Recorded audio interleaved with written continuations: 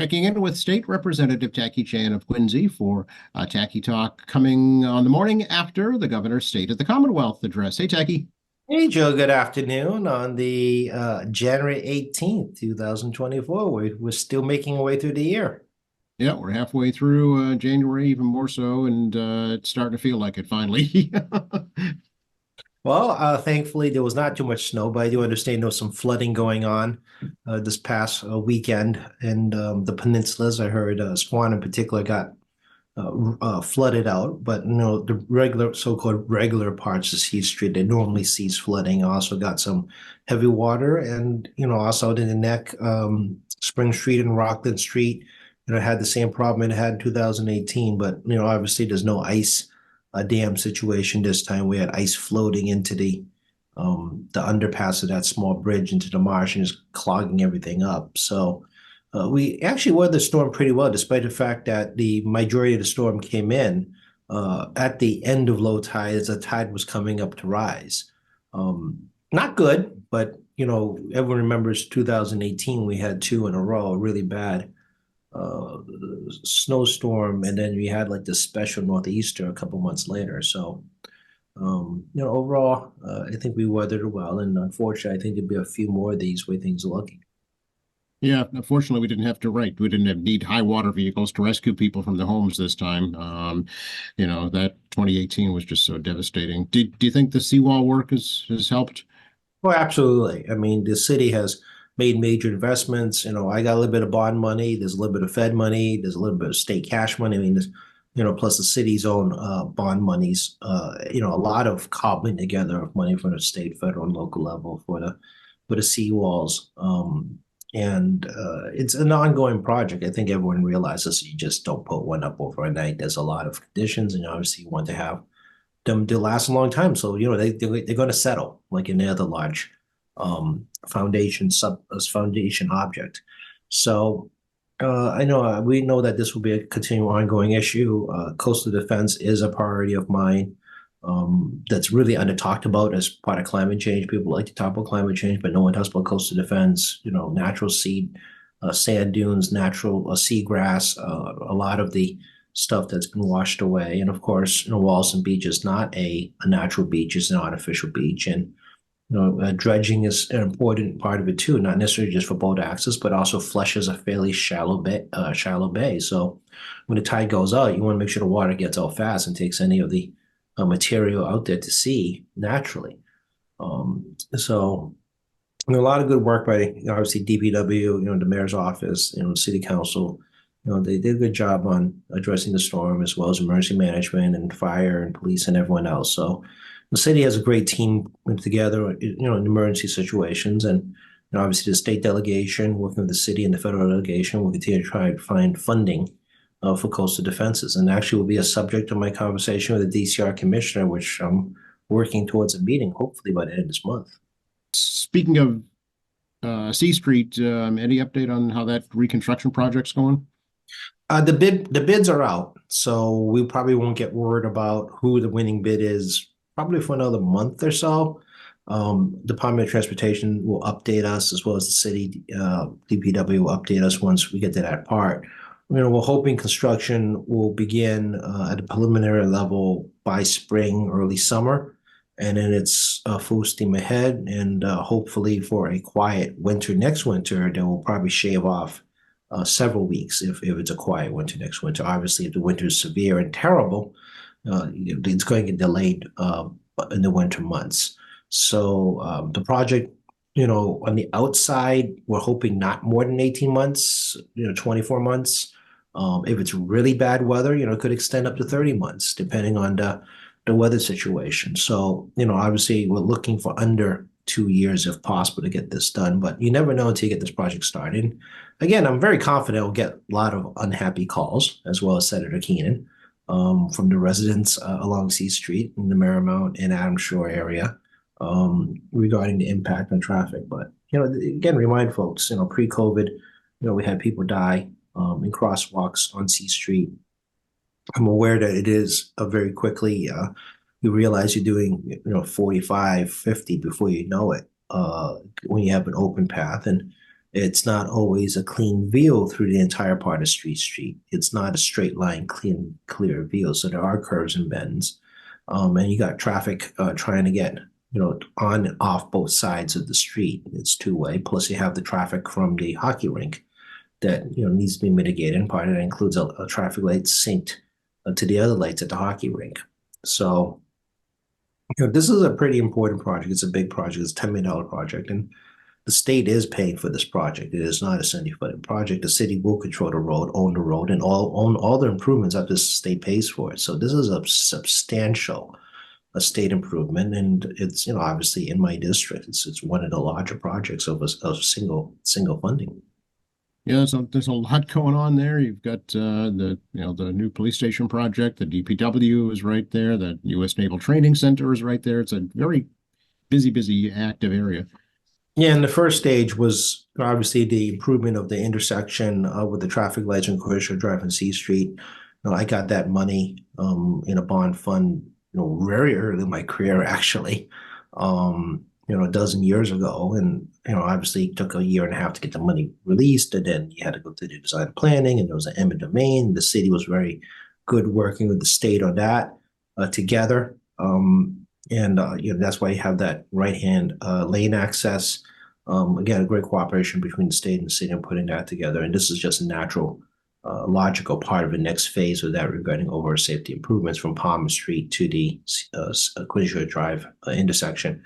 Obviously, we don't have to rebuild the intersection. It's done. The fact the lights, are modernized there actually will help a lot on this construction and sinking, because if you're coming out of the neck, you actually don't see a functional traffic light that isn't a pedestrian light until you get to the Palmer Street intersection.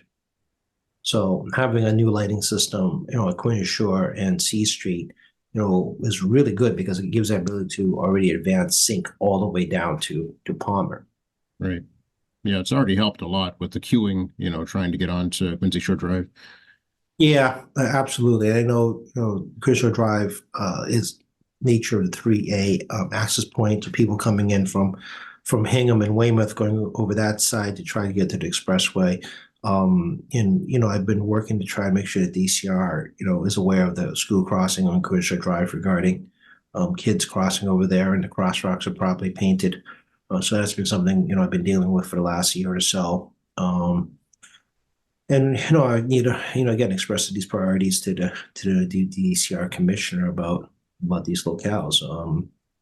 But yeah, it's better than it was a dozen plus years ago. And hopefully these new traffic improvements will slow down traffic.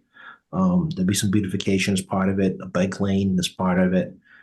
So hopefully, it's going to be better in the long term. And, it's C Street's actually C Street's fairly not flooding as much. That's not the best way to say those words, but, that's part of it. And even though it's heavily traveled, it's not a straight line. There are curves and there's big bumps, but, it should be much smoother, and probably be a better, smoother, longer with this improvement, pending, of course, any kind of road work associated with, water pipes or gas mains or whatnot, which the city, as we continue to settle, as I say, we're still selling from the 2010 storms. The whole city's still selling again because of the change of water table. Right. Yeah. I know that's why they're putting the new police station way up high, to accommodate the new flooding potential. Well, people kind of forget sometimes. We're actually surrounded by two rivers, and we have two brooks running through it. So you got Neponset on the north, you got Fall River on the south, and down the middle you have Furnace Brook and you have Town Brook. So the city really has two major waterways plus two smaller waterways, and the two smaller waterways is really flood control. They use those two waterways as drainage to Quincy Bay or Town Brook Marsh. And then, obviously people know I live with the Blacks Creek Basin Preserve in front of my house. I'm looking at the same marsh my entire life. So, like I said, I'm not a marsh expert, but you stare at it long enough, you learn a thing or two. The cities, need to maintain these open spaces for water retention is critical. It's obviously important to the environment. Again, I love the fact that egrets have been a regular occurrence back in my neighborhood, but also for flood control. And as the city continues to do its development, this is something that's a big part regarding proper drainage because water always finds a lowest point, and you can't stop it once it starts. And as you may remember, Town Brook was moved twice as part of the Quincy project. The city had to move Town Brook twice, and some of the older buildings, which are probably going to be gone in another year. If you look into basements, you can actually see Town Brook. Yes, that's right. There's wooden culverts actually. It's underneath some of those old buildings. Yeah, and wood petrifies. So long Yeah. as the wood stays submerged, actually wooden culverts are just fine. Amazing as that says, you all think it would rot, but wood consistently underwater is petrified. Right. Yeah, it's interesting. So as I mentioned, we're recording this the morning after the governor's State of the Commonwealth speech. You were there in the House chambers, I know. What did you think? Well, governor's first State of the Commonwealth speech, and she did a little victory lap, which is great. The legislature has been busy this past year, and the governor has been implementing policies from the prior session, as well as obviously in this kind of post-nuke sort of weird COVID world, because it's not gone. It's just that we moved to a different phase of our lives. And talked about some major tragedies that are being addressed that, was from the prior administration, including the situation, the tragedy of the Holyoke Soldiers Home in particular. And our former colleague, John Santiago, is the Secretary of Veterans Affairs, who is military and a emergency room doctor until he took this job at BMC. So he's very aware of the impact of COVID on an upfront and personal level as a professional. And, talked about other achievements regarding getting money to senior towns and Chapter 90 road work, and, the fact that we got universal school breakfast lunches, universal meals implemented, and, the Chapter 70 funding is implemented as well, the new Chapter 70 education money that was the first change in education funding for city towns from the state since 92, something else, before my time in the State House. So there's a lot of good things to talk about. So that's kind of how the first part works. The second part is, the wish list. Yes, with the big price tag mostly on the, actually there's a hearing today, on the Affordable Housing Act, I guess, $4 billion. Yeah, remind folks, this is bond appropriations. So under the Constitution, the legislature can authorize bonding, but the governor and the treasurer working together, can utilize the bond, can issue bonds. And obviously the treasurer's job is to issue bonds, with the best rate possible, which in a higher rate, interest rate environment, which is a little more challenging, of course, at this time to time these bond issuances. But we authorized the government to do this, and we have a self-imposed bond cap of over $2 billion now. I need to get these new numbers because it's always a moving target with CPI calculations. But we know there is a self-imposed bond cap that she's going to continue to most likely maintain because our bond ratings are the highest level it's ever been since the 80s. No one wants to put the bond rating at risk. So, she has that. She has the economic development bond bill coming apart at some point as part of a larger economic development proposal. And there's going to be an information technology bond bill as well that's going to be coming along. It's time for the state to upgrade its technology. I think the last big upgrade, was 7 years ago in terms of I think we authorized a bond almost 10 years ago, but it took them 3 years before the state, the administration had a plan of how to use said bond money. And I think it's about 7, 8 years ago since they had the last big one. And we're probably going to get we might maybe get a capital improvement project bond. But, that could happen next legislative session. It doesn't have to happen this legislative session to do another capital bond, because I think that's what's paying for the new Quincy courthouse. And eventually that authorization will go past. So the state authorized the governor to issue bonds, pretty 5, 10, 20, 30 years, depending on the circumstances. And once that authorization's in place, the governor can access that unless the legislature takes away that authorization. And, stuff that's in the works, we'll do what we call prior authorization continued, right? Carry it over. So if you got, a bond project that starts at the end of an authorization, well, obviously we're not going to stop the funding after the authorization. We're going to, reauthorize that, project that's active. So, I mean, there's a lot of these like little moving parts. It's a bigger state than people realize regarding capital projects. And, we have to work with the governor's offices. The different secretariats have different projects and figure out, what's in the works and what's going to authorize expire and what do we have to take action on as we kind of discuss these bonds. So the big one, she talked about this $4 billion housing bond. She's testifying on it today. As part of her ideas on how to push forward on addressing the housing crisis and affordability crisis. And honestly, I'm not entirely clear what the proposal is yet. Because she didn't really explain it in detail, actually. Yeah, part of a stay at Commonwealth address is that you don't have time to get to minutia. Yeah. So, again, you want to keep this thing in an hour. We ran about an hour 15 if you're watching at home, this address or YouTube or the state website.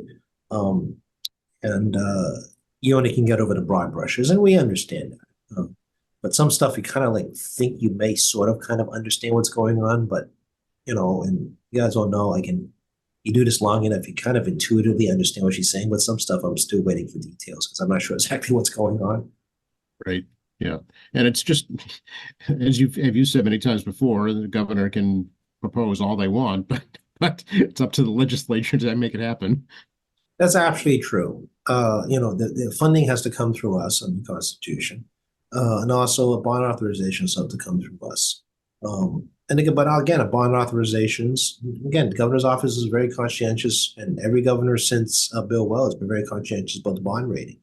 You cannot put our bond rating at risk. So they can talk about borrowing as much as they want, but we're not the feds. We can't deficit spend. Right.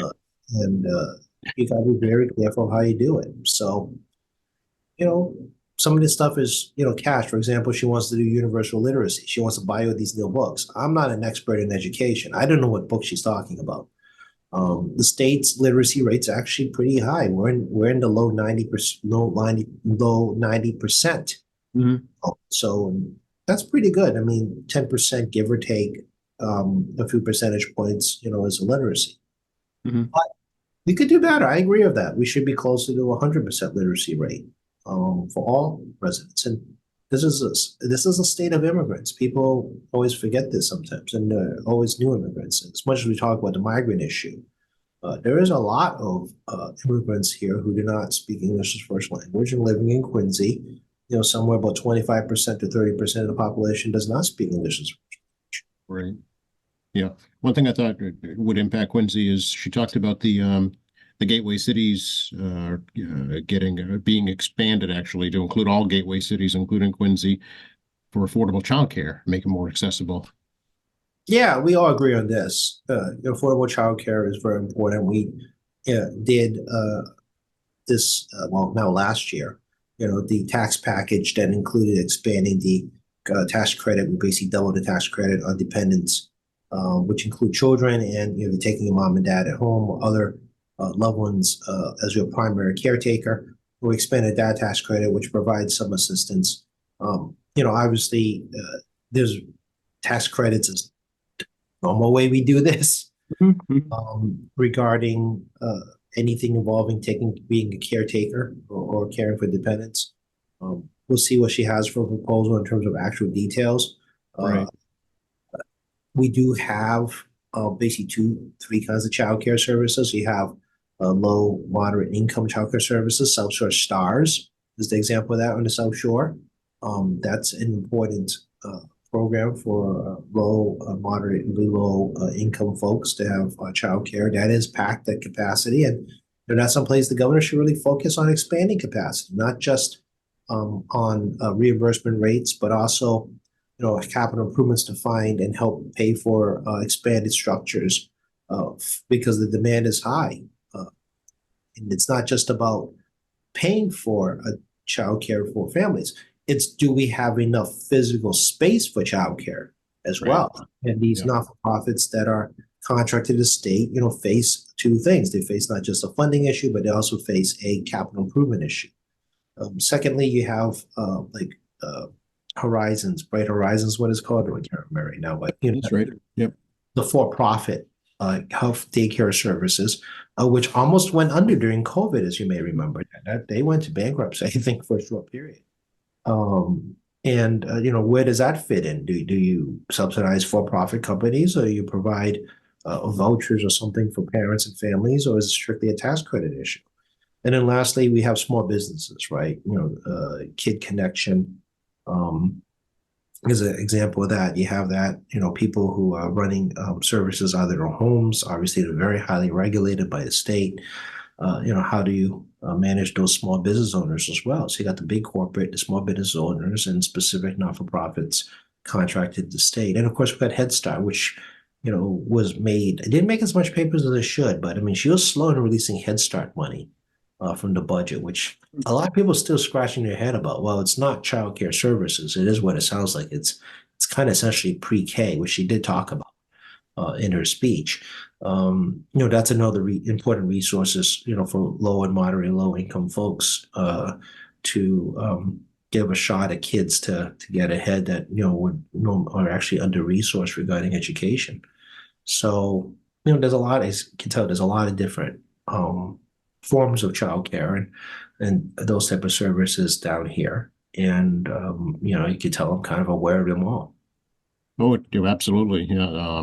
The big Head Start program right in Quincy Point, the old St. Joseph School. Mm-hmm. The Rosemary Warburg. Right. Yeah, exactly. And all these things she's talking about, she didn't talk a lot about, the fact that revenue projections are not meeting expectations, and there have been some cuts recently. State of Commonwealth is not about talking about bad things. We're not coming out with a downer, folks. I mean, when was the last time you came out of a address without a positive uplift, right? I mean, I've never heard one governor in my 28 years of watching state of Commonwealths with one governor leaving us on a massive downer. It's not like tacky talk. Well, more than happy to leave you on a downer by the time. Hey, I remember Jimmy Carter's malaise speech. Do you remember that? I'm a little young for Jimmy Carter. Yeah, all right. Showing my age here. We're showing your age. We'll get to mine on a different day, but yeah. All right, so it's all rainbows and unicorns in the state of the Commonwealth. I wouldn't put it that far into fairy tale, but it is a wish list. So, well, right, yeah. But even the budget proposal is a wish list, right, from the governor that she'll put that out next week. Well, yeah, I mean, universal pre-K will be very interesting to discuss, right? Getting your kids in pre-K at age 4 is what she's proposing. Right. Obviously, the legislature isn't a closed door. We do consider all ideas, and we did pilot the community college tuition assistance for persons 25 and older that meet certain income qualifications and demonstrates they can actually complete the program. You provide free tuition for that select group.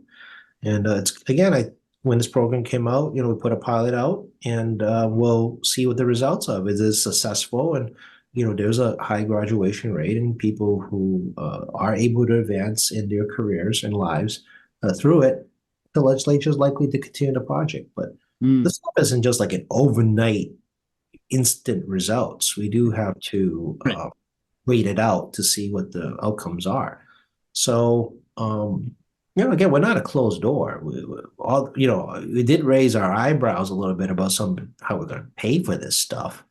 As you saw, those 9C cuts, as you mentioned earlier, and it's a sign that the economy is slowing, but it's, again, a very weird slowdown. It's not like any other thing we've seen in our lifetimes. Because look at unemployment. It's so low, right? Yeah, under 4% unemployment, wages are up, but cost of living is up. And some people are doing 2 jobs despite increased wages. And this is naturally incurring wages. It's not government induced. This is not a minimum wage law. This is just market forces. This is capitalism that's driving businesses that need to compete for workers, which is good for workers. Those may not remember, the last time we saw this was the dot-com boom back late 90s to early 2000s, really like 99 to 2001. where you had the 3-year period-ish, give or take, where workers coming into the workforce basically command top dollar because of a shortage. So it does happen. It's just very far and few between. So it's going to be very strange, right? And I do expect people's spending will go down on things like luxury goods and basically anything of a sales tax is probably likely to take a hit. And again, I said before, and I'll say again that the restaurant industry is probably going to see another hit. This time, not because of external forces associated with the disease, but it's going to be because people need to make prioritization when they look at the receipts on their bills. So well, we're already seeing it at the local level, even some of the Quincy Center restaurants are either closing or downsizing, limiting hours. So it's happening for sure. Even some of the chains. Yeah, obviously everyone's aware of the Fat Cat at this point. Obviously I do work in downtown, and most of the nicer restaurants still are not open for lunch. Is that right? Yeah. Yeah, Fridays only at some of the nicer restaurants, some still not at all. And keep an eye on your receipts, folks. I mean, there's these new service fees that are coming onto your bill. I won't name the restaurant because I actually have to go visit there because I do eat there. But I found a 20% service fee, not a gratuity service fee. I was a little surprised by the wording. And generally disclose gratuity add-ons your bill like upfront and center somewhere in a menu. And clearly, I've eaten here so long, I've not paid attention to um, any changes in the menu, so I have to read them more closely next time. But I've heard things like kitchen fees appearing. That it's like yeah. This is a curious industry, restaurants, unlike retail. They will not put in their entire infrastructure into the cost of their menu. It's very interesting. Retail can't do that. They can't just charge you a service fee at checkout. They have to include the entire cost of service of doing business inside the retail product. Yeah, you Restaurants, see a price for a shirt at a store, that's the price for that shirt, right?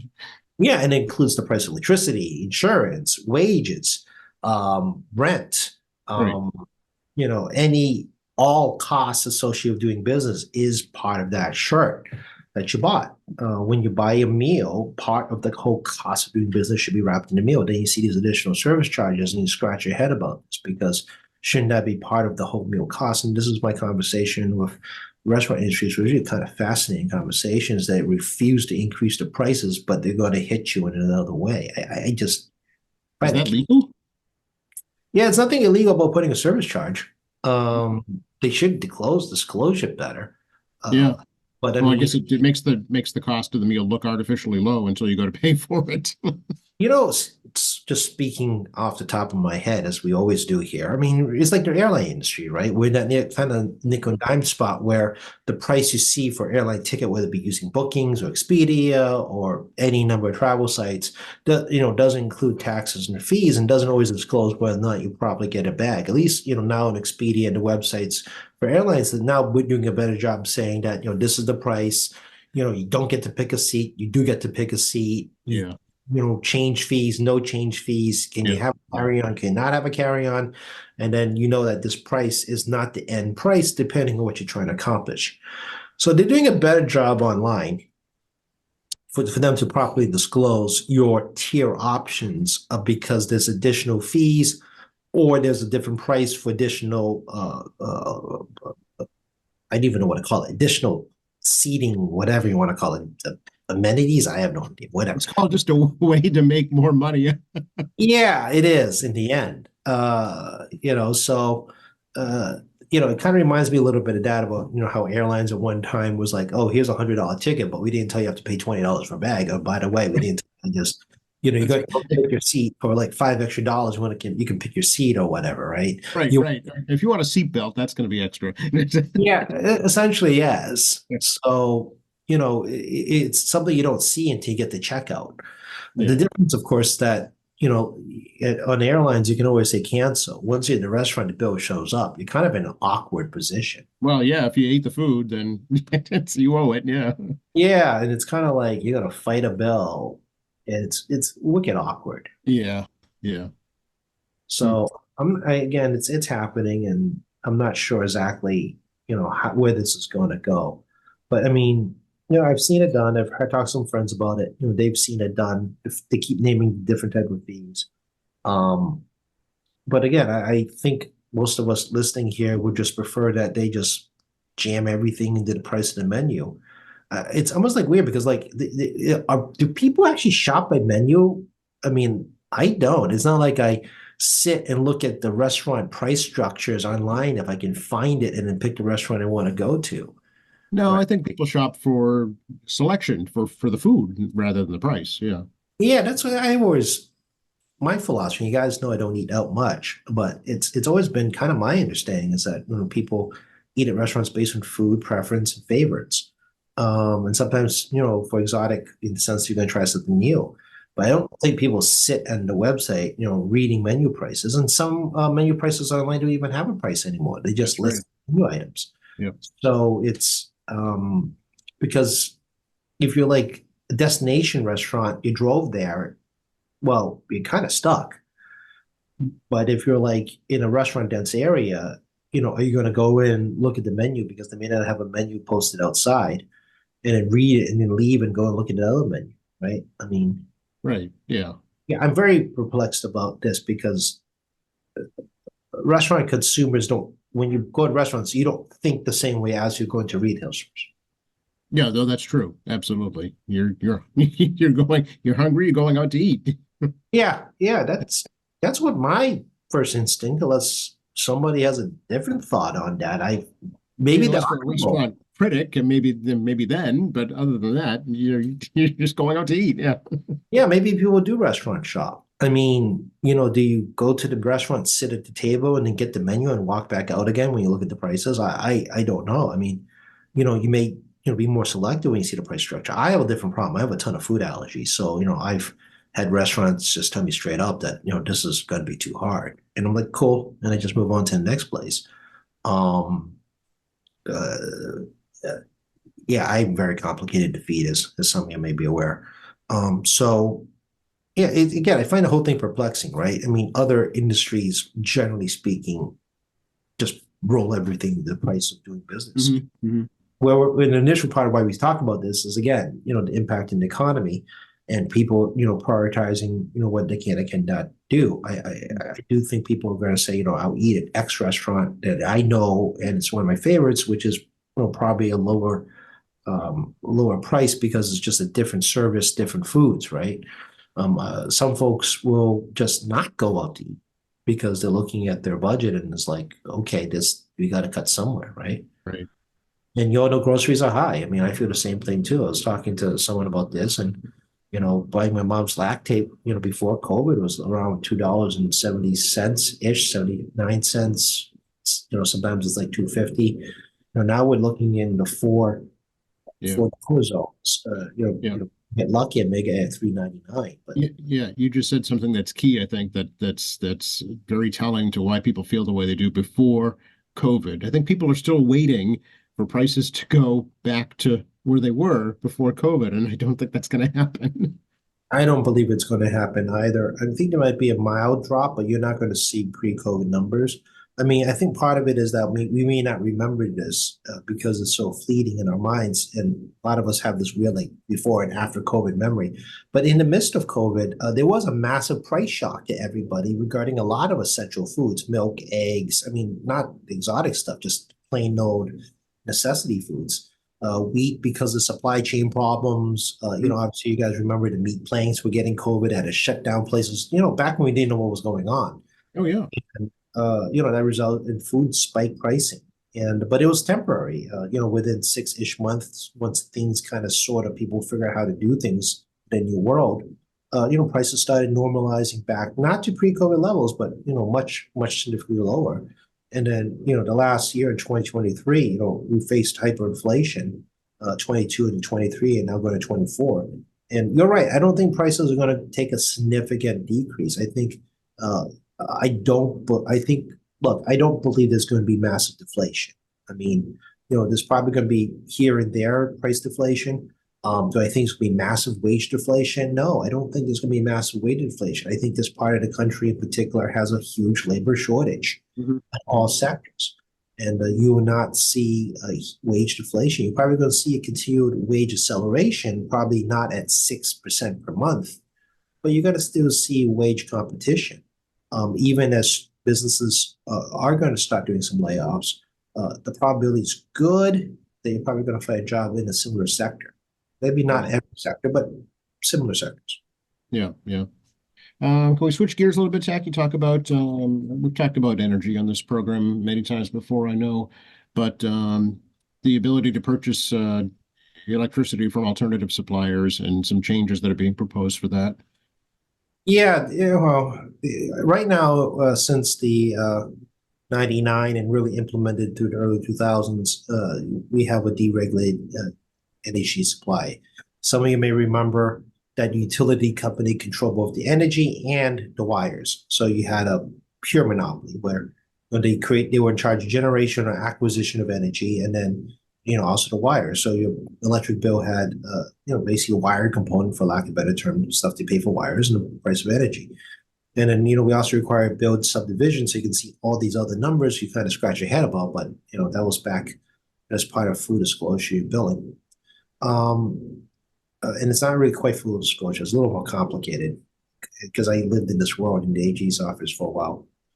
So, you have to really choose power early on. Choices were thin. So the utility continued to provide the best price possible every 6 months in a bid for you to what we call basic service.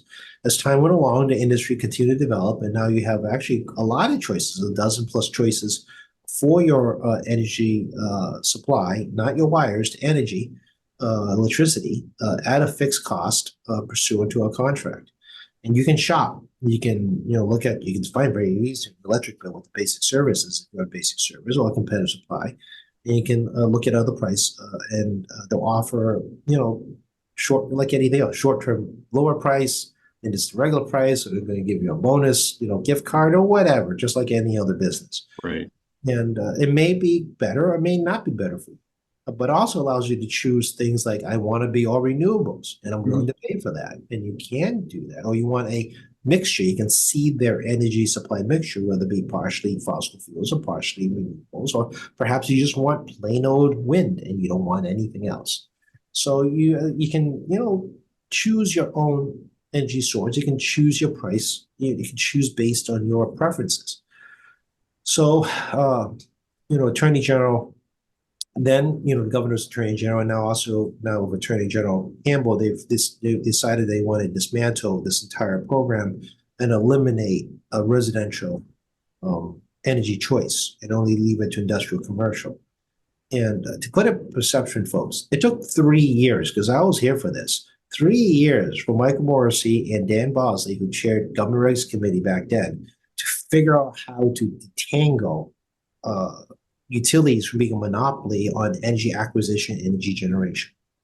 And since residentials is the super majority, like 70% plus of income for energy and utility wires, the biggest single market will be denied renewable energy or energy choice. It doesn't incentivize those companies to stay strictly for industrial and commercial. Right. And we have restrictions, like you don't see advertising on the news, for example. There's numerous restricting advertising. The public doesn't know about this opportunity because they can't advertise properly. Right. And sometimes maybe basic service, the utility acquisition every 6 months is the better price for you. I mean, everyone's different. There's not a universal rule on this on energy competitiveness, but you want to give customers, you an opportunity to make your own decision about what type of electricity you want, how in terms of generation, because all electricity is the same, and how much you're willing to pay for it. And the governor and the attorney general wants to take that away from you. The position I've always taken is the fact that DPU, Department of Public Utilities, always have had the ability to enforce bad actors, which they don't do, which is a problem. We've talked to the BPU commissioner, chair, and the prior chair, and probably got to talk to the current chair as well. And I would pose out there to continue residents to choose your electricity, but increase the safeguards. Do a massive bond requirement to try to eliminate lower for fly-by-night scammers. Try to I want to increase the licensing fees so basically it's self-regulating. And create a better consumer access to DPU regarding complaints. Let them put their licenses at risk. DPU has not revoked one license despite bad actors. Better disclosure. People don't speak English as a first language. In particular, was preyed upon by certain energy suppliers using private contractors. Clear disclosures. Also proposed an idea of a low income bid rate. So we do have a low income rate for the wires, the distribution charge. But the idea was floated to us that I think is done in Ohio, where we can have a bid to provide a low income energy rate. And that actually will help reduce the probability of predatory behavior against low income folks on energy supply. So, I'm working to address some of these issues, but my biggest complaint is DPU not doing their job. I really have a problem with things like that because I know how it works, and they can complain all they want, but do your job, right? And but other ideas that have come up through these conversations the last 5 years include what I just talked about, and we have some other ones on the table as well. So I'm not inclined to take away consumers' ability to choose, but I think better informed consumers, better ability to file complaints, and doing a job and kicking out bad actors at DPU, make everyone better, because it only takes a few bad actors to make the whole barrel look terrible. Yeah. So how do you, as a consumer, if you do opt to change your supplier and go with renewable or what have you, how do you know that the electricity coming into your house is being provided by the supplier you're paying for? Well, I have to disclose that. So, of course, I can't read the website off the top of my head because you just asked me. But again, one of the problems they have is they can't put TV commercials out, right? You don't see a YouTube commercial. You may get a mailer, but this is one of those weird restrictions we have that doesn't allow consumers to know because they can't advertise to you. So hence they do things like door to door. Back in the door-to-door salesman's days, which I'm not wicked fond of, but this is something that needs to be addressed as well, is that if we create better outlets for them to communicate in a competitive environment by advertising, they won't need to do door-to-door. So we kind of, as much as the governor and AG's office, talk about taking away consumer choice, they do nothing to address the fact that the current restrictions by DPU for this industry to get a message out is problematic. And it's true in advertising. Again, Chapter 93 of general laws prevents deceptive and unfair and deceptive practices on consumers, and advertising falsely is an unfair and deceptive practice. Okay. So there are already safeguards in place for that. Yes. That's part of it. I mean, advertisement, whether it be a newspaper or radio or television or internet, if you're advertising a service product, it's can't have unfair deceptive practice in case the product can be the price of electricity. So, and again, I mean, there are locked contracts. I'm not going to lie to you about that. There are contracts locked in, and this is the gamble. You're locked in the contract for a certain period of time, and maybe energy prices drop dramatically, and basic service for 6 months also drops at that price, given the timing of the market. And we talked about this a little bit in the past. I do kind of monitor oil. It's floating in about a $70 zone, give or take $2 or $3, depending on the day. And the Middle East situation, the Israeli-Hamas war. Obviously there's a legit concern about the spillover. And those of you who are old enough remember, the Iranians and other folks shooting at tankers in the Red Sea. Well, we're back there again, back from when Reagan was president, right? So, it had a huge impact on the fuel and oil markets after the OPEC cuts in the 70s. And then you had another, incident, not in the Reagan administration, that they had to address, not dissimilar to what the Biden administration is doing now.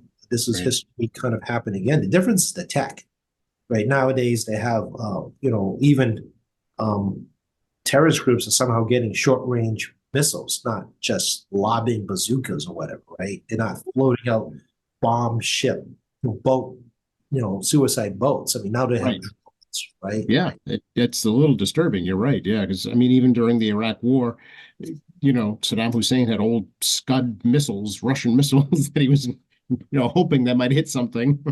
Absolutely. Even these terror groups are having, I won't say the wicked, accurate weapons, but they're better than they were, right, from the old Scud days. We just launched them in there and hope you hit something. Right. Right. Thankfully, no ship has been severely damaged to the point where it's stranded, but I mean, they've all taken some minor damage. And also, big surprise, insurance for these vessels going through the Red Sea have skyrocketed. Sure. These are insured. All these, any vessel out there as a cargo ship and tanker has to be insured before they go out. You can't port if you're not insured. Makes perfect sense. Yeah. And we're going to pay for that eventually. It's going to get Right. passed down, and global, not just here in Massachusetts or the United States, globally. It's going to get passed down to all destination locations. So it doesn't matter what country. Nobody is shielded from the impact of the Red Sea situation. And of course, if you go down to the is it Cape of Good Hope? Is that the one? South Africa, whatever. You have to go into Africa. My geography is terrible. But Cape Horn. Cape Horn. Cape Horn, sorry, Cape Horn. Good Hope is South America, Yes. which I don't know. It's called Good Hope because you hope you can get out. Yeah. Again, I'm trying to recall my geography lessons from school, Yeah. but yeah, I mean that adds anywhere between 10 to 20 more days. Mhm. Which again, eats more fuel, bad for the environment, adds to your price bottom line in terms of shipping goods at the destination. Destination will have to pay more, and also, also labor costs and everything else. I know these ships are very much automated. You don't need 100 people on these giant cargo and tankers, but that's not good either. Not just consumers, but also bad for the environment. All factors to consider as we look ahead to the future. Absolutely. I mean, the only Yeah. reason, we haven't had skyrocketing fossil fuel prices on oil and natural gas is because the U.S. is pumping out so much gas and oil. It's artificially deflating the market to try to keep stabilization. So you may have noticed the gas prices at Quincy, has been fluctuating between 295 and about 315, depending on the gas station you go into. And it hasn't moved that much inside that zone since probably the fall. Yeah. At least. Yeah. Yeah, stays inside that 20% zone. We had gotten used to spikes as high as 70 cents, in a 4 or 5 week period. Not this. This is actually fairly stable. I know it's more expensive than it was pre-COVID, but there's this fluctuation isn't huge in terms of the fact that it's not like $1 more in 3 months. Right. Right. 3 months it stayed inside this relatively safe zone inside Quincy. Obviously, if you leave Quincy to like Boston, they have higher rents. The gas station has to charge more because they pay more rent. Significantly more in some of the stations. Yeah. Yeah, that's why the prices are inconsistent. It's not because of inaccuracy. It's because of the price of doing business depending on the geographical location they're in. And of course, cars are more efficient on gas than ever, and they continue to be more efficient. So there's less gas stations, and there's also less fill-ups, which also impacts the cost of doing business for gas stations, right? Yeah. Yeah. So, car efficiency is bad for gas stations, if you can believe that or not, but that's true. So,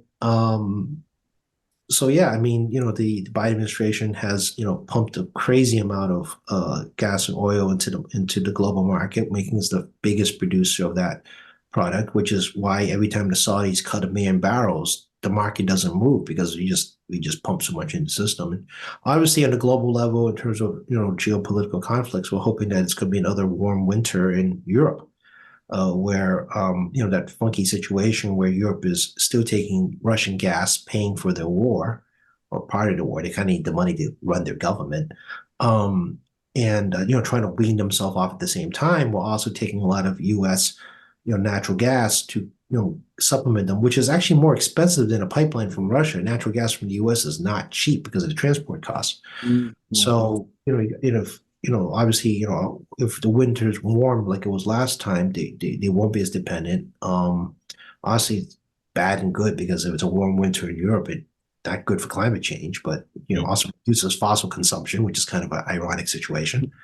Um, and as they kind of move away from Russian gas, as this conflict continues in Ukraine, this war of attrition at this point, by both sides, it's going to impact you at home. But if they don't need as much natural gas and oil, the prices may continue to stabilize at a lower level over time here this winter to spring. But again, a lot of things can happen, as I tell you today and January 18th, maybe something else bad happens somewhere else in the world, and we're going to feel it here. The city brought back its Martin Luther King Jr. breakfast earlier this week, first time in 3 years. I know you were there, Techie. Yeah, it was good to see some folks again. It was, I'll be honest, I did mostly in and out. I came in, said hi, and got out. I just had to get other stuff done day. As you guys can kind of guess, I'm trying to juggle a lot of things here at home and also work. Um, so I'm not gonna lie, it was kind of a hello and goodbye scenario, but I did stay for the whole breakfast. And Ian Kane, the new council president, did an incredible job. The speech was actually extraordinarily good. I was very moved by his impact in his life on how his message means to him and what it means to his life. And it was incredibly well done. And again, kudos to the mayor's office and the city on putting on an event. And obviously, thanks to Quincy High School and Principal Ford and Superintendent Mulvey to host us there, and North Quincy ROTC was there. So it was great to have it back. It's one of the small ones in the area, but it was good. And also, since I said North Quincy ROTC, they were there last night. The governor's state of Commonwealth. Yeah, they posted the colors, which was nice. Very nice for those kids. They do a great job. They do incredible jobs. First time I've seen North Quincy ROTC come to the State House to do something like that in the chamber. So, kudos to them. Great job by the kids. I hope there's going to be more opportunities for them, future ROTC classes to come visit the State House and also post colors. Yeah, I've had an opportunity to interview several of them, and they, extremely well-spoken kids, but also very thoughtful, much more mature beyond their age for sure. So it's a great program. Yeah, yeah, and I only got a brief moment to speak to them as the program was kind of on the move. There's a lot of stuff that happens before we go on air. So there's a whole several process of summoning the governor, alerting the governor, welcoming the Senate, getting people in their chairs. It's actually something that happens before the camera goes on. Right. Court officers lining people up, lining up the ROTC. And of course, they got a chance to meet Mayor Wu as she was coming through as well. So they had a chance to meet some folks, which is very exciting for them. And I'm glad they had an opportunity to do that. But yeah, most people don't know there's all this other stuff happening before the camera goes on. It's like the invitation 6:30, but the governor doesn't speak to 7 o'clock. So we have to do all these procedural issues prior to the cameras going on. And then obviously there's a logistical issue to make sure everyone's assigned seating. They're in assigned seating, including the governor's guests. Mhm. Right, the governor's guests have assigned seating too. So court officers, the governor's folks, all these different people running around. You never see it from your. Right. But I'm a participant in this different parts of the processes. It's a very formal procedure steeped in tradition, as we do here in Massachusetts so well. Yeah, again, you guys all know I appreciate historical traditions like this. It is not quite timeless, but it does evolve a little. But it's important. It's always a little bit of a joke. Hey, who's going to be available? How close are you to Boston to do the opening session? No one's going to see, in the second half of the 2 year, right? It's not like swearing in days. I talked about this earlier. Swearing day, everybody knows because everybody's family's coming in. Big joyous, for the new members, and their family and their hard work to get to the State House.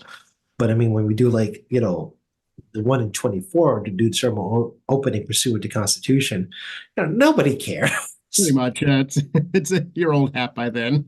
Yeah, I mean, we have to do it. It's constitutionally required. Right. Again, these are, but still, they're important. They're fun.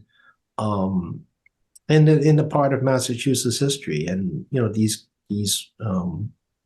traditions, are make you part of that history. Even maybe nobody's aware of it, but I am. So, I think it's still very important. We're at the end of the hour, believe it or not. Time flies when you're having tacky fun, I guess. Absolutely does, Jackie. This is the point of the program where we tell folks how to get a hold of you. Sure, 617-722-2370, 617-722-2370 is the office. Mash a button if you're not sure. But again, please be aware that this office is run by Jerry Paracella, the Chair of Economic Development, which is why he's first on the auto prompt if no one's picking up the phone at that moment. So wait to get to me on the list. That's happened a few times. People hung up because it wasn't me first on the list. I don't control the suite. You're just a tenant. I am just a tenant for Jerry Paracella. Obviously, you can email me at tackey.chan@mahouse.gov, tackey.chan@mahouse.gov. And my email box is flooding because Joint Route 10 is coming up on February 7th, and the advocates have gone full steam ahead on advocating for their bills before Joint Route 10 reporting deadline. So I am now in massive sifting through mode. You can find me at State Representative Tacky Chan Facebook. Hopefully, we'll have some pictures up soon from last night, as well as X at Tacky Chan, formerly known as Twitter. We'll try to post a few things there. And of course, we have tackychan.org, which is our more resource page. And they got malegislature.gov, which is the legislature's page. You can look up a bill about me, folks, or see us if you want to see us in our various sessions and public hearings and see when the notices are up. And you also can look up the general laws and past session laws. And of course, here at Keyway TV, YouTube and your favorite podcast station, if you prefer our face for radio, definitely do the podcast, not the YouTube. Those who are watching us on QA TV cable access, well, I'm sorry, probably should go back to podcasts if you see us and you don't like what you're looking at. Yes. And what you see is what you get, folks. Yeah. No magic here. Yeah, if you're watching on cable TV or on YouTube and you're looking at us like, ugh, they're both a face for radio. Let's just stick with the podcast. Be my guest. That's why we give people the option. Thanks a lot, Tacky. Thank you, Joe. See you in a week.